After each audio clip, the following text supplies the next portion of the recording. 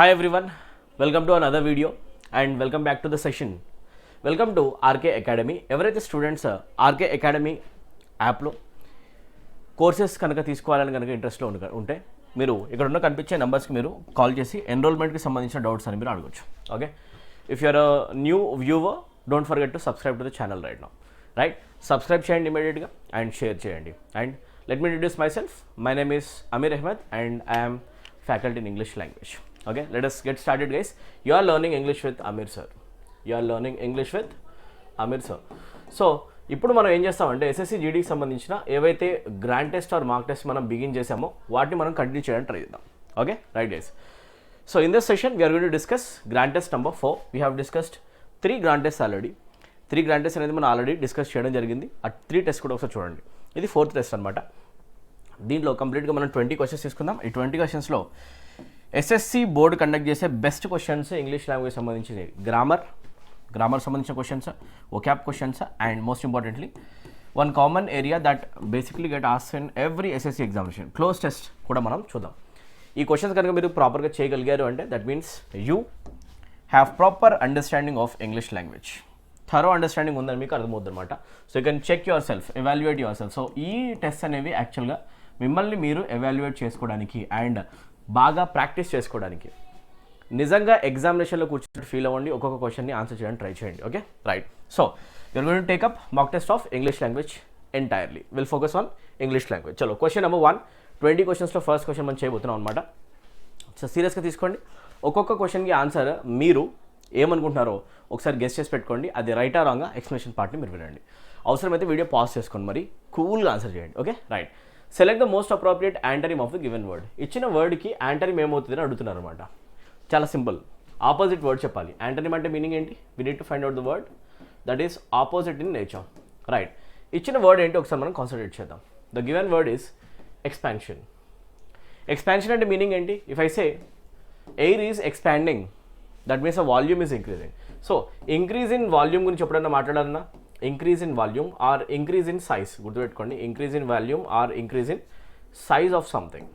Increase in size of something, ఏదైనా కూడా సైజ్లో ఇంక్రిమెంట్ ఉంది, something is becoming bigger, volume increase అవుతుంది, బిగ్ సైజ్లోకి వెళ్తుందని చెప్పాలి అంటే we use the term expansion. Opposite కావాలి అంటే we need the sense of decrease in size. Meaning ఇచ్చిన వర్డ్కి ఏమోనేమో ఇంక్రీజ్ ఇన్ సైజ్, మనకు కావాల్సింది ఏంటి అంటే decrease in size. Size reduction ఉండే వర్డ్ ఏదయ్యే ఛాన్స్ ఉంది? ఇన్ఫ్లేషన్ అంటామా? See, inflation is a term that is basically used in economy. It is an economical term. మీ అందరికి తెలిసిందే, అవునా కదా? Inflation is a process or a situation in which the rates of goods increase every year. Year by year కనుక ఏవైతే goods and products మనం use చేస్తూ ఉంటామో వాటి ప్రైజెస్ కనుక ఇంక్రీజ్ అయిపోతూ ఉన్నాయనుకోండి, దాన్ని ఎకానమీలో అంటారో, ఎకానమీలో ఇన్ఫ్లేషన్ అని చెప్పేసి. రైట్, ఎకనామికల్ టర్మ్ అనమాట ఆర్థిక శాస్త్రంలో, అవునా కదా? ఇది చాలా క్లియర్ అనమాట, అవునా? అండ్ దాన్ని మనం యాక్చువల్గా తెలుగులో కూడా ఏదో అంటాం నాన్న, అవునా? ఒకసారి చూడండి, దీన్ని ఆర్థిక మాంద్యం అంటారు అనుకుంటా. రైట్, దాన్నే మనం అంటాం inflation. So the rates basically increase periodically, that is called inflation. So right now we're not interested in inflation. Right, augmentation అక్కడ పెట్టేసేయండి. Next extension. ఎక్స్టెన్షన్ అంటే ఏదైనా కూడా అడిషనల్గా యాడ్ చేయడం, to increase the size of something. Yes or no? Right, extension అనేది అడిషనల్గా add అయ్యేది అని సెన్స్, అవునా? So something that is added extra థింగ్స్ని మనం అంటాం ఎక్స్టెన్షన్ అని చెప్పేసి, అవునా కదా? Right, right now we don't want extension. Compression చూస్తే ఇప్పుడు కంప్రెషన్ అంటే decrease in size of something. Now listen, 2 words కనిపిస్తున్నాయి. One word is augmentation. First of all మీరు ఈ వర్డ్ యొక్క మీనింగ్ చూసుకోండి. అండ్ దానికంటే ముందు, even prior to learning the meaning of this word, why don't you focus on the spelling of the word. Augmentation అంటే meaning ఏంటి అంటే, augmentation అన్న కూడా something becoming bigger in size, ఏదైనా కూడా సైజ్లో బిగ్ అవ్వడం. Okay, something becoming bigger in size called augmentation. If that is the case, ఇది డైరెక్ట్ సినోనిమ్ అవుతుంది. కానీ ఇచ్చిన క్వశ్చన్ తొందరపడి ఆన్సర్ పెట్టేసేయకండి, ఇది సినోనిమ్ ఇచ్చిన క్వశ్చన్ కాదనమాట. ఇచ్చిన క్వశ్చన్ ఏంటి యాక్చువల్గా? యాంటనిమ్ ఫైండ్ అవుట్ చేయమని. ఇచ్చిన క్వశ్చన్ కనుక సినోనిమ్ అయితే నేను డైరెక్ట్గా ఆన్సర్ ఏం పెట్టొచ్చు అంటే బి, కానీ ఇప్పుడైతే ఆన్సర్ బి కాదు. ఆన్సర్ ఏమవుతుంది అంటే డి. ఆపోజిట్ వర్డ్ ఒకటే ఉంది, అది compression. Expansion, compression, increase in size, decrease in size. Yes or no? So అదనమాట మ్యాటర్. సో ఇప్పుడైతే మనకి సినోనిమ్ వద్దు కాబట్టి ఇది ఆన్సర్ అవ్వట్లేదు. But you have to focus on this word.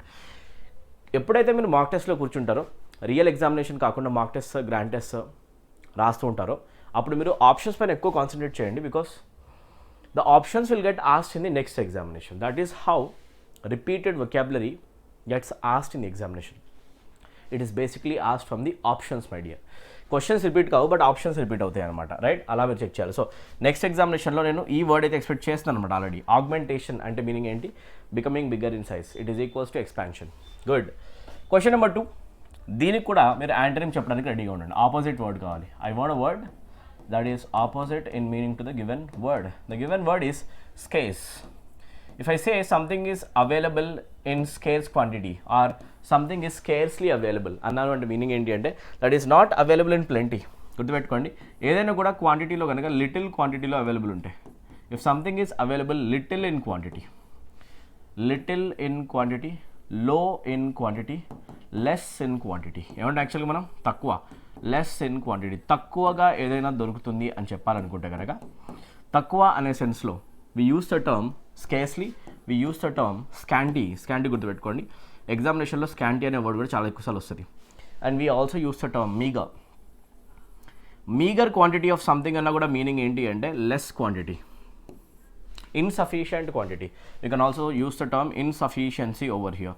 So ఇలా మీకు వర్డ్ పవర్ కనుక ఉంటే, ఒక వర్డ్కి రిలేటెడ్ రిమైనింగ్ వర్డ్స్ అని కనుక గుర్తొస్తున్నాయి అంటే you are actually in a solid position to answer the questions of vocabulary, right? That is what you need to aim for. ఇది మీరు ఎయిమ్ చేయాలన్నమాట. సో ఇప్పుడు స్కేర్స్కి అడిగింది సినోనిమ్ అయితే కనుక నేను స్కాంటీ పెట్టేయచ్చు, కానీ ఇది యాంటనిమ్ అడిగారు, అయితే ఆపోజిట్ వర్డ్ కావాలి. అయితే స్కేర్స్లీ అనేది లిటిల్ క్వాంటిటీ అయితే ఐ వాంట్ మోర్ క్వాంటిటీ, అవునా? హై క్వాంటిటీ, ఎక్కువ క్వాంటిటీ అనే వర్డ్ దొరికితే కనుక ఇలా happily choose that word as the answer. ఇప్పుడు ఏదవుతుంది? ఫ్యూ అన్నా కూడా తక్కువే, లెస్ ఇన్ క్వాంటిటీ. సెల్డమ్ అన్నా కూడా ఏదైనా రేర్గా జరుగుతుంది, రేర్ అన్నా కూడా తక్కువ అనే సెన్సే కదా, తక్కువగా అరుదుగా జరుగుతుంది. So all these words are synonyms. Option A to option C are basically synonyms to given question. Yes or no? మనకి ఆపోజిట్ వర్డ్ కావాలి కదా. సో ఆపోజిట్ వర్డ్ కింద కనిపిస్తుంది చూడండి, ప్లెంటిఫుల్. ఏదైనా ఎక్కువగా దొరుకుతుంది అని చెప్పాలి అంటే the substance is available in plenty, it is available in plenty అని చెప్పేసి అన్నానంటే మీనింగ్ ఏంటంటే there is abundance of something, there is high availability of something, high quantity of availability of something. దాన్ని మనం అంటాం plenty. There are plenty of ways to solve this question. There are plenty of ways of solving this question. That simply means plenty means there are many ways. Many, చాలా అనే sense మనం use చేసే word ఏంటంటే plenty అనమాట. ఇలా గుర్తుపెట్టుకోండి. So ఇలా వర్డ్స్కి సంబంధించిన వాటి సినోనిమ్స్ అండ్ యాంటోనిమ్స్ని అసోసియేట్ చేయగలిగితే కనుక, మీరు ప్రిపరేషన్ ముందే కనుక ఇలా చేసుకుని వెళ్తే కనుక, ఆప్షన్స్ ఎక్స్ప్లోర్ చేసి వెళ్తే 100% మీరు చూసిన వర్డ్స్ నుంచి ఏదో ఒక వర్డ్, రిలేటెడ్ వర్డ్ కనిపిస్తుంది ఎగ్జామ్లో. ట్రస్ట్ మీ గైస్, ఇంగ్లీష్ చాలా ఈజీగా ఉంటుందన్న ప్రతి ఒక్కరు కూడా ఆన్సర్ చేయొచ్చు. Try to strengthen your grammar and ప్యారలీ try to strengthen your vocabulary part పైన కూడా కాన్సన్ట్రేట్ ఎవరైతే చేస్తారో ఆ స్టూడెంట్స్ అందరికంటే 100 steps ముందు ఉంటారు. They stand way beyond in the merit list and you can't even reach them. Vocabulary is such an under dog. గుర్తుపెట్టుకోండి, vocabulary అంత మంచి ఏరియా అనమాట యాక్చువల్లీ. అది గుర్తుపెట్టేసుకోండి, రైట్ గైస్? ఇప్పుడు ఇద్దాం. Select the correctly spelled word. Mathematician, what a beautiful word, easy. Mathematician అనే వర్డ్ని మనం ఎలా రాస్తాం మీరు చెక్ చేసుకోండి. దీనికి మనం టైం స్పెండ్ చేయడం కూడా వేస్ట్ అనమాట. మనం యూజువల్గా యూస్ చేసే వర్డ్ కాబట్టి రాసేయచ్చు. This is the spelling of the word mathematician. Wherever it is that becomes your answer. ఎక్కడుంది మ్యాథమెటిషియన్ ఫైండ్ అవుట్ చేయండి. ఆప్షన్ ఏలో ప్రాపర్గా ఉంది, బిలో ఎస్ వస్తుంది, సిలో మ్యాథమెటికన్ వచ్చింది, ఇది రాంగ్. ఇది చూస్తే SHEN obviously wrong. So answer has to be option A because the examiner is asking for a correctly spelled word. Obviously correct spelling ఎక్కడ ఉంది అంటే ఏలోనే ఉందన్నమాట. Mathematician, this is the appropriate spelling. Check చేసేసుకోండి. Easy question వస్తే ఎక్కువ time spend చేయాల్సిన అవసరం లేదు. Next question number 4 of this grand test. Examiner is asking for a synonym. They are starting with vocabulary questions more are less. Yes or no? So try to answer this question also. Wry. So wry అనే వర్డ్కి actual meaning ఏమొస్తుంది నేను చెప్తాను, దాని synonym ఏంటో మీరు చెప్పాలి. Okay? C, అప్పుడప్పుడు మనం మాట్లాడేటప్పుడు వేరే పర్సన్స్ తోటి ఆ పర్సన్స్ మనతో నవ్వుకుంటూ ఒక వెటకారమైన నవ్వుతోటి అవునా అన్నట్టు మాట్లాడుతారు చూడండి. ఆ వెటకారాన్ని చూపించే ఒక స్మైల్ ఆర్ ఎక్స్ప్రెషన్ ఏదైతే ఉందో ఆ facial expression which is basically twisted facial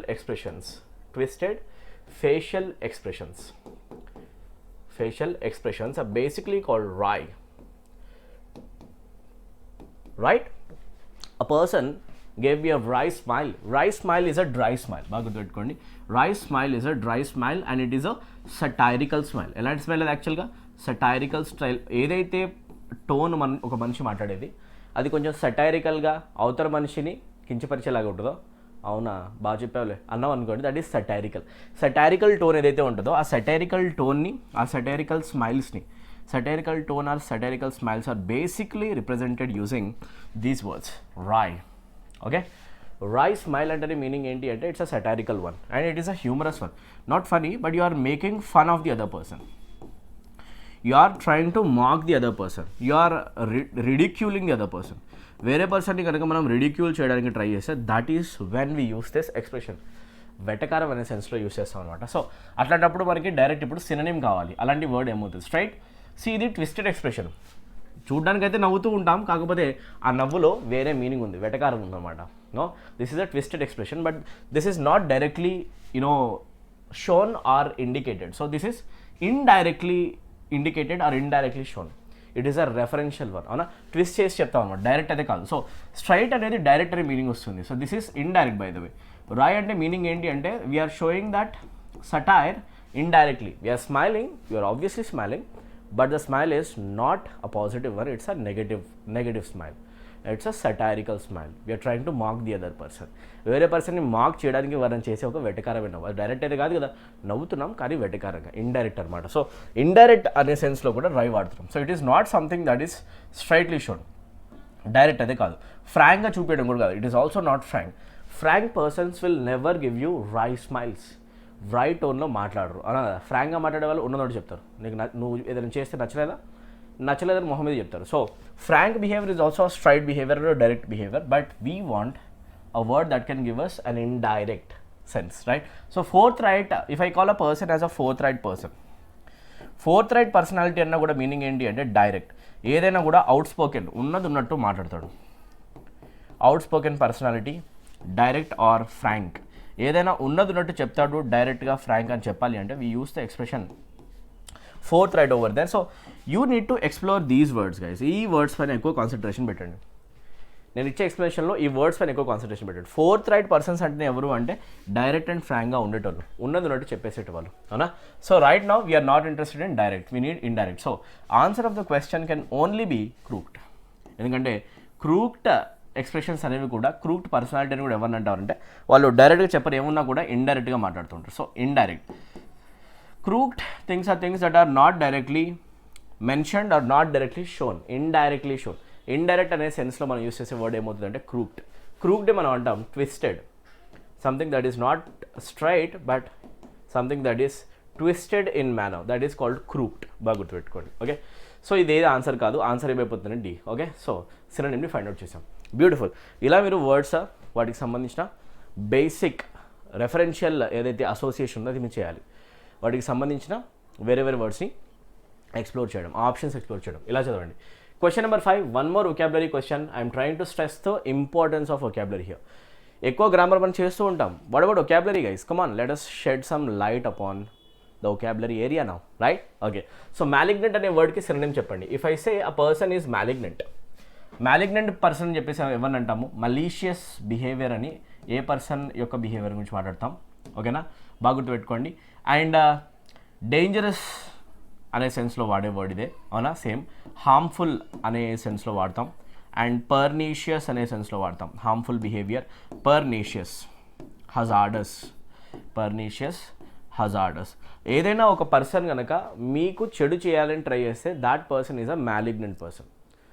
malign attitude ఉంది, అవునా? మలీషియస్ థాట్స్ ఉన్నాయి. Now he has malicious intentions on you. That means that person does not have good intentions on you. That person really wants to see you suffer. నువ్వు suffer అవుతుంటే చూడాలని try చేస్తున్నాను అనమాట. Pernicious person. And dangerous, ఏమంటే యాక్చువల్గా మనం dangerous, harmful, malicious, అవునా? ఇలాంటి వర్డ్స్ అని మీరు గుర్తుపెట్టేసుకోవాలన్నమాట, రైట్? సో మ్యాలిగ్నెంట్కి ఇవన్నీ కూడా చెడు భావాలు, చెడు వ్యక్తి అనే సెన్స్ వస్తాయి, right? So the direct synonym of the word malignant becomes vicious.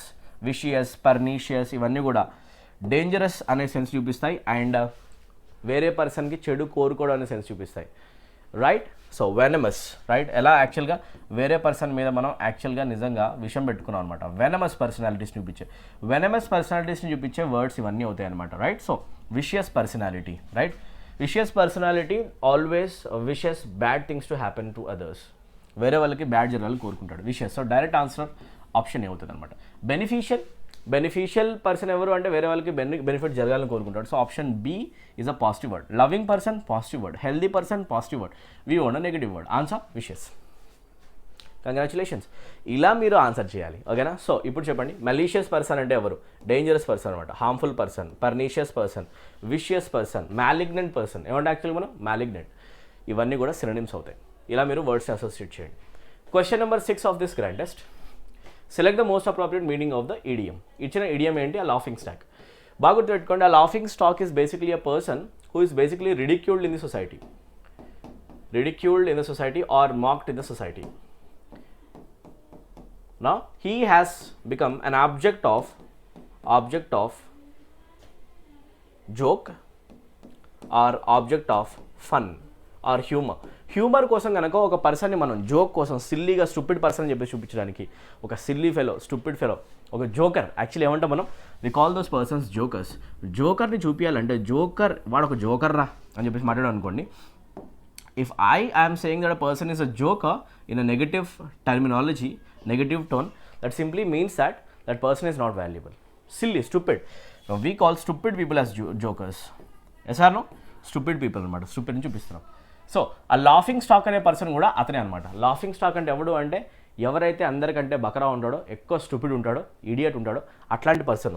అతను అలాంటి జోకర్స్ మనం ఏమంటాం అంటే లాఫింగ్ స్టాక్ అనే ఇడియంతో చూపిస్తాం, రైట్? ఓకే. సో ఇప్పుడు చూస్తే an object of laughter, direct, ఓకేనా? Right. An object of laughter, అతన్నే ఒక వినోదానికి మనం వాడుకునే ఒక వస్తువులా చూస్తాం అనమాట. An object of laughter, that is correct. A store house of jokes, ఒక జోక్స్ కలిగి ఉన్న ఒక స్టోర్ హౌస్ గురించి మాట్లాడుతున్నామా? No. Object of laughter, exactly వినోదానికి ఉన్న వస్తువులా వాడతాం అనమాట పర్సన్ని, రైట్? ఆబ్జెక్ట్ ఆఫ్ డిజైర్, కోరికకి ఒక రిప్రజెంటేషన్లో వాడతామా? నో.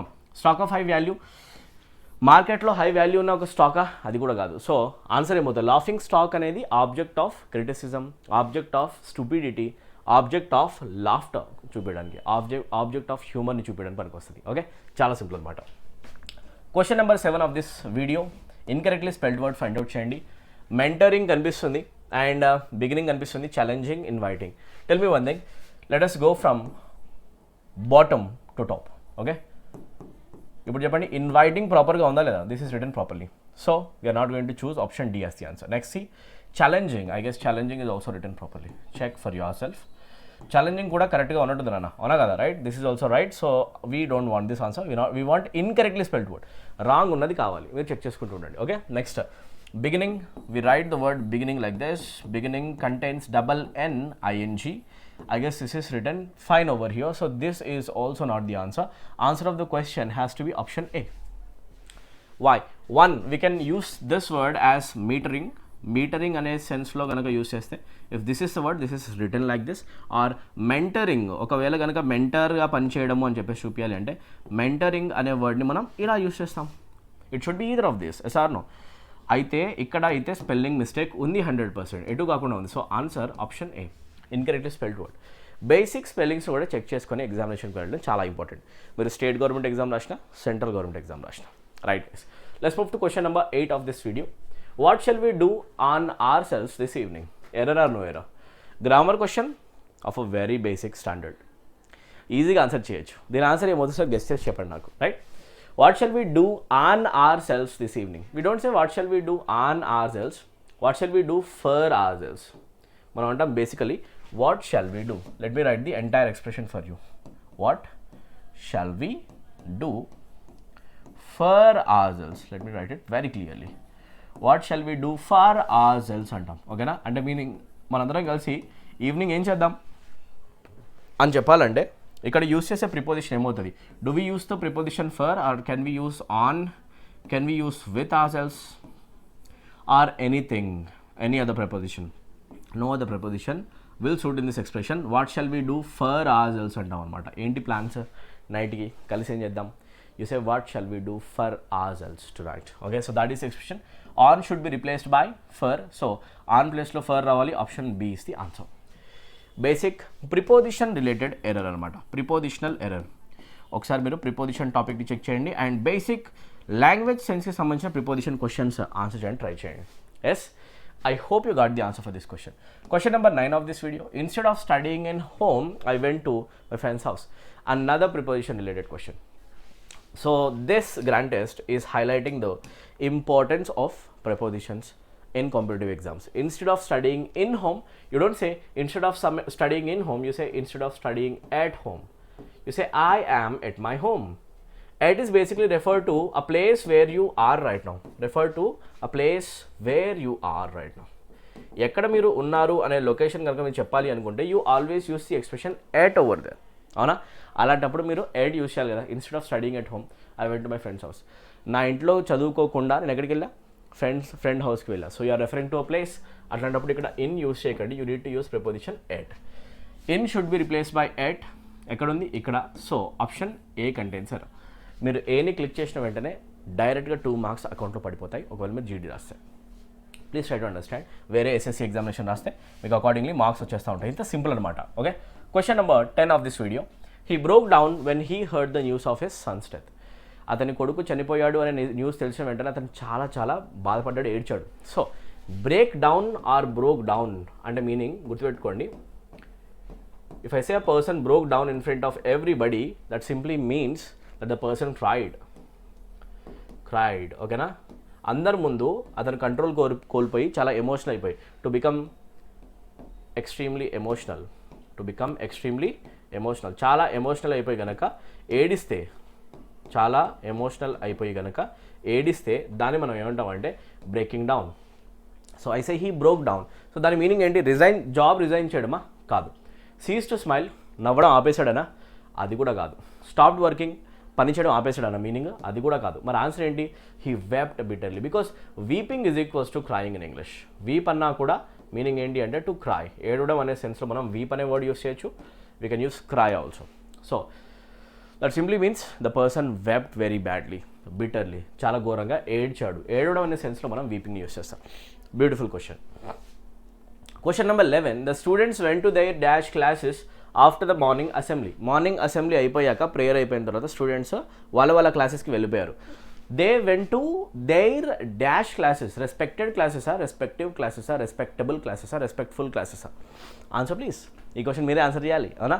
రెస్పెక్టెడ్ క్లాసెసా, రెస్పెక్టివా, రెస్పెక్టబుల్లా, రెస్పెక్ట్ఫుల్లా? So we can't say respectful classes, respected classes, respectable classes. We say they went to their respective classes. అంటే మీనింగ్ ఏంటి అంటే they went to their classes that they belong to. Respective classes అంటే meaning ఏంటి అంటే they went to the classes that they belong to. The word respective is actually giving that indication. Respective అంటే it is referring to the place or thing that you belong to.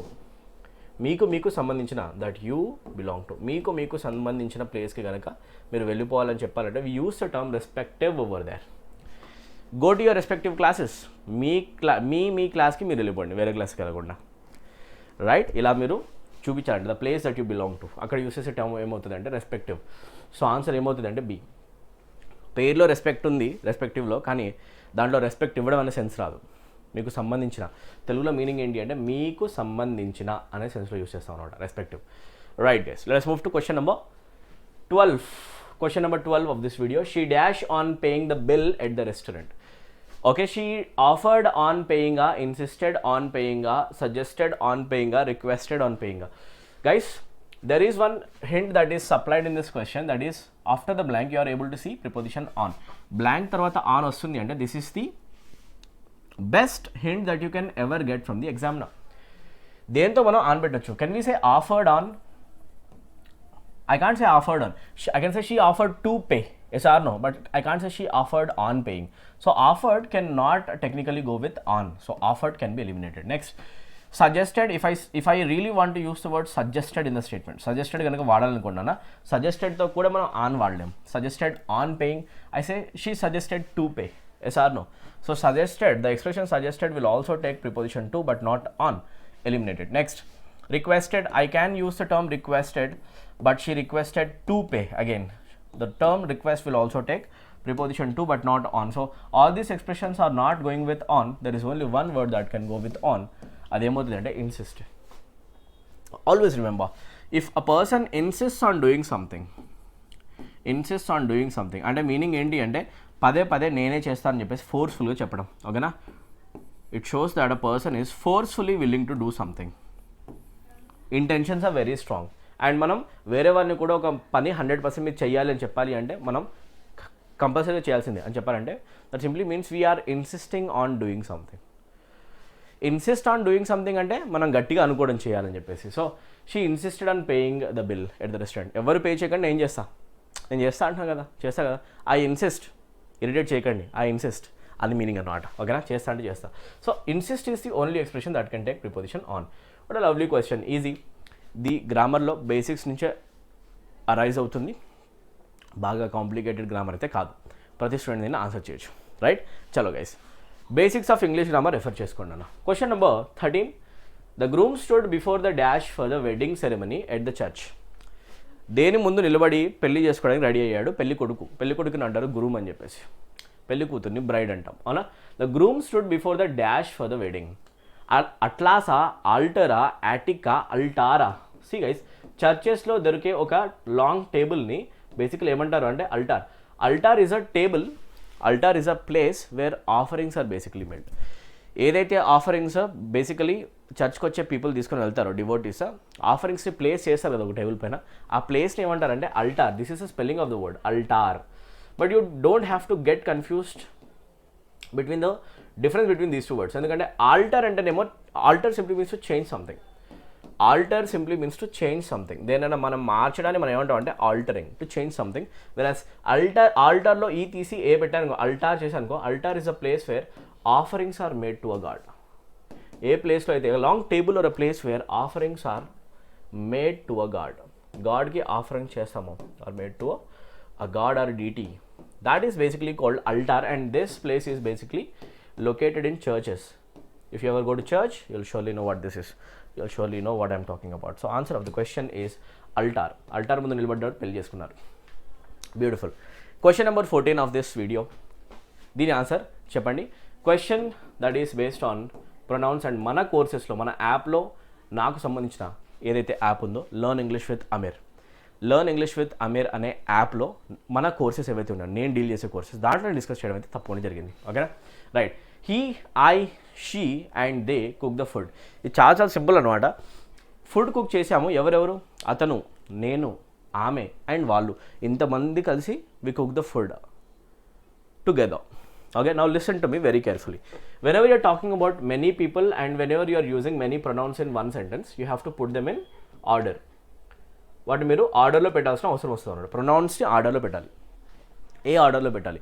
If you're talking about a positive sentence, positive situation కనుక మీరు describe చేసేదైతే మీరు ప్రొనౌన్స్ని always 2-3-1 ఆర్డర్లో maintain చేయాలి. 2-3-1 order. అయితే ఇక్కడ చూస్తే he is third person, I is first person, she is third person, they is also third person. So forget about the second person. Second అయితే లేదు, థర్డ్ అండ్ ఫస్టే ఉన్నాయి కాబట్టి మీరు ఎప్పుడు రాసినా కూడా థర్డ్స్ అన్నీ కంప్లీట్గా రాసేసి ఆ తర్వాత ఎండింగ్లో ఫస్ట్ అడని ట్రై చేయండి. ఫస్ట్ పర్సన్ ఎండింగ్లో రాయాలి. అట్లాంటప్పుడు ఇక్కడ ఐ అనేది ఇక్కడ మిడిల్లో రాదు. So the appropriate expression goes like this. First third persons అన్ని క్లోజ్ చేయాలి. హీ రాయాలి, ఆ తర్వాత షీ రాయాలని. There is no particular order of writing the third persons. You can write them according to your will. Nobody is stopping you. మీ ఇష్టం అనమాట. He, she రాయండి, ఆ తర్వాత దే కూడా థర్డ్ పర్సన్ కాబట్టి I have written all the third persons first, then I'm gonna write the first person. ఆ తర్వాత ఏం రాస్తారంటే అండ్ పెట్టేసి finally I'm gonna write the pronoun I. ఏమర్థమైంది మీకు? ఏమర్థమైంది సార్? హీ, షీ, దే అనేవన్నీ కూడా ఏ పర్సన్స్ అంటే all these pronouns are third persons. ఆ తర్వాత ఫైనల్గా నేను రాసే ఐ అనే pronoun and this becomes the first person. అవునా? 3-1 కాంబినేషన్లో నేను ఒక ఆర్డర్ రాస్తున్నా. అర్థమైందా? అర్థం కాలేదా? Exactly. So this has to be the order. Positive సెంటెన్సెస్కి ఇలానే చెప్పాలన్నమాట. సో అలానప్పుడు ఇక్కడ ఐ వచ్చే ఛాన్స్ లేదు, అంటే డి ఆన్సర్ కాదు. ప్రాపర్గా చూసుకుంటూ వెళ్ళండి. ఐతో బిగిన్ చేసే ఛాన్స్ కూడా లేదు, ఏ రాంగ్. దే బిగిన్ చేయొచ్చు కానీ ఐ మిడిల్ రాదు, పి రాంగ్. అవునా కదా? సో మిగిలింది ఆన్సర్. ఆన్సర్ ఏంటి? C. He, she, they and final ఏం రావాలి? I. This is the appropriate way of using the pronouns. Pronoun manners అనే ఒక రూల్ ఉంటుంది, దాన్ని బట్టి మనం క్వశ్చన్స్ని ఆన్సర్ చేస్తాం అన్నమాట ఇక్కడ. Okay, beautiful question, lovely question and is a very frequent question. ఒకసారి చెక్ చేయండి. Okay, right guys, let us move ahead. Question number 15. Right. The news paper report of the killing verified with the police findings. News paper report ఏదైతే ఉందో killing జరిగిందని చెప్పేసి అది police findings వచ్చిన తర్వాత నిజమే అని చెప్పేసి ప్రూవ్ అయింది, నిర్ధారణ అయింది. So we need the sense of this expression, నిర్ధారణ కావడం. నిర్ధారణ అనే సెన్స్లో ఏ వర్డ్ యూస్ చేస్తాం? వెరిఫైడ్ ఈజ్ ఫైన్, వెరిఫైడ్ ప్లేస్లో అథెంటికేటెడ్ రాయొచ్చా? నో, అథెంటిక్ అంటే real. So if you really want to say that something is real, realistic, authentic వాడండి. బట్ ప్రూఫ్ అనే సెన్స్ కావాలి, right? We need a word that can give us a sense of proving. Proving అనే sense కావాలి, అది ఎక్కడ ఉందో వెతుకుతాం. Okay, so verified is fine. ఒకవేళ నాకు ఏది దొరకపోతే అదే పెడతా. Okay, next corroborate. Now listen to me. Corroborate is a very strong terminology that is related to crimes. It's a criminal terminology. So crimes related things గురించి ఎప్పుడు మాట్లాడాలన్నా కూడా ఒక పర్సన్ ఇక్కడ క్రైమ్ జరిగిందని కనుక నిజంగా సాక్ష్యంగా నిలబడి ప్రూఫ్ కనుక ఇస్తే, నిర్ధారణ కనుక చేస్తే దాన్ని మనం అంటాం corroboration. The word spelled like this, corroborate. Double R, ఇక్కడేమో సింగిల్ ఆర్. ఓకేనా? కొరాబొరేట్ అంటే మీనింగ్ ఏంటి అంటే it also means to prove or verify something. To prove or verify. Criminal terminology, prove or verify. Okay, legal terminology, that's what we say, right? So corroborate అంటాం, నిర్ధారణని చూపించే ఒక direct word ఏంటంటే corroborate. I got this word, this is much better than the word that is used very broadly. Verified, verification చాలా బ్రాడ్గా వాడతాం ఈ సిచ్యువేషన్లో. కిల్లింగ్కి సంబంధించి అబ్డక్షన్, మర్డర్, కిడ్నాప్ అట్లాంటి సెన్స్లో corroborate, నిర్ధారణ అనే వర్డ్ కోసం వాడతాం అనమాట. సో పర్ఫెక్ట్ వర్డ్ ఇది అవుతుంది. కన్ఫర్మ్ కూడా కరెక్టే, బట్ బ్రాడ్ సెన్స్లో యూస్ చేస్తూ ఉంటాం. ఇక్కడ ఆన్సర్ కాదు, సో నో ఇంప్రూవ్మెంట్ ఆన్సర్ కాదు. Answer corroborated. వెరిఫైడే బట్ ఒక పర్టికులర్ టర్మినాలజీలో. Sir no, corroborate is the best example. Right guys, so the final area, final challenge మీకు క్లోజ్ టెస్ట్ కనిపిస్తుంది. You need to answer the close test now. Close test answer చేయాలంటే మీరు video pass చేయాలి, ఒకసారి ఆ ప్యాసేజ్ని చదువుకోవాలి and రెడీగా ఉండాలి. So do your thing, video pass చేసుకోండి, చిన్నగానే ఉంది, సో చదవండి. And let us begin now. నేను చదువుతా, it is my turn to read and I'll try to answer this now. For better or for worse, we are living in a dash which is based physically in Western science and technology. This has dash consequences for the scientist. Initially, he was an dash force in the unfolding of human dash. This he can no longer be. As Niels Bohr has said, scientists must become dash of the fact that they are not merely observers, it should be observers, but also actors on the stage of life. Right guys, okay. So ఏం కనిపిస్తుంది ఇక్కడ అంటే present ఉన్న సొసైటీలో లేకపోతే మనం బతికే ప్రపంచంలో సైన్స్ అండ్ టెక్నాలజీ ఏంటి అండ్ సైంటిస్టులు ఎలా ఉండాలని చెప్పి ఒక చిన్న ఆర్టికల్ అనమాట. It's a little paragraph. It's not even a article, it's not even an article, it's not even an essay, it's not even a comprehension, it's small paragraph. చూడండి, దీన్ని అలా ఆన్సర్ చేద్దాం. For better or for worse, we're living in a dash which is based physically in western science and technology. ఎక్కువగా మనం western science and western టెక్నాలజీలో బతుకుతున్నాము అని చెప్పాలి అంటే చెప్పండి ఏమనాలి? We are living in a world, సొసైటీనా, environmental, locality. We are talking about society. ఏ సొసైటీలో బతుకుతున్నాం మనం? వెస్టర్న్ థాట్, వెస్టర్న్ ఐడియాలజీని యాక్సెప్ట్ చేసే సొసైటీలో. ఎక్కడికి వెళ్ళినా కూడా మనుషులందరూ వెస్టర్న్ వరల్డ్ సైడే పరుగులు పెడుతున్నారు. ఇండియన్స్ కూడా వెస్టర్న్ డ్రెస్సెస్ వేస్తున్నారు. We are living in a Western society, yes or no? So for better or for worse, we are living in a Western society. So society is the word that can suit much better, which is based physically in Western science and technology. This has dash consequences. దీనికి చాలా consequences ఉంటాయి. Western thought వైపు పరుగులు పెట్టడానికి consequences ఉన్నాయి.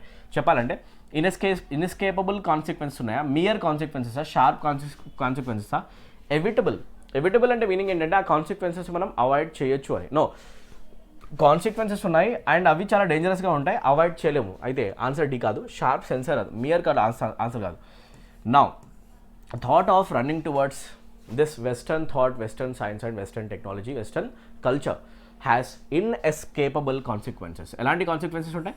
Inescapable consequence అంటే meaning ఏంటంటే వాటి కాన్సిక్వెన్సెస్ని మనము తప్పించుకోలేము. వచ్చే ఏవైతే ప్రాబ్లమ్స్ ఉన్నాయో అవన్నీ మనం బేర్ చేయాల్సిందే. దాని తర్వాత ఒక ఐడియాలజీ మనం తీసుకున్నాం వెస్టర్న్ థాట్, దానివల్ల వచ్చే మనం కాన్సిక్వెన్సెస్ని, పరిణామాలని బేర్ చేయాలి. దాని అంటే మనం ఇన్ఎస్కేపబుల్ కాన్సిక్వెన్సెస్. తప్పించుకోలేం. Right guys, so this has inescapable consequences for the scientist.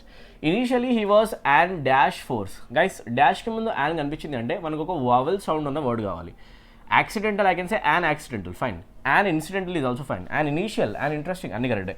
ఇప్పుడు చూడండి ఏది కరెక్ట్ అవుతుంది.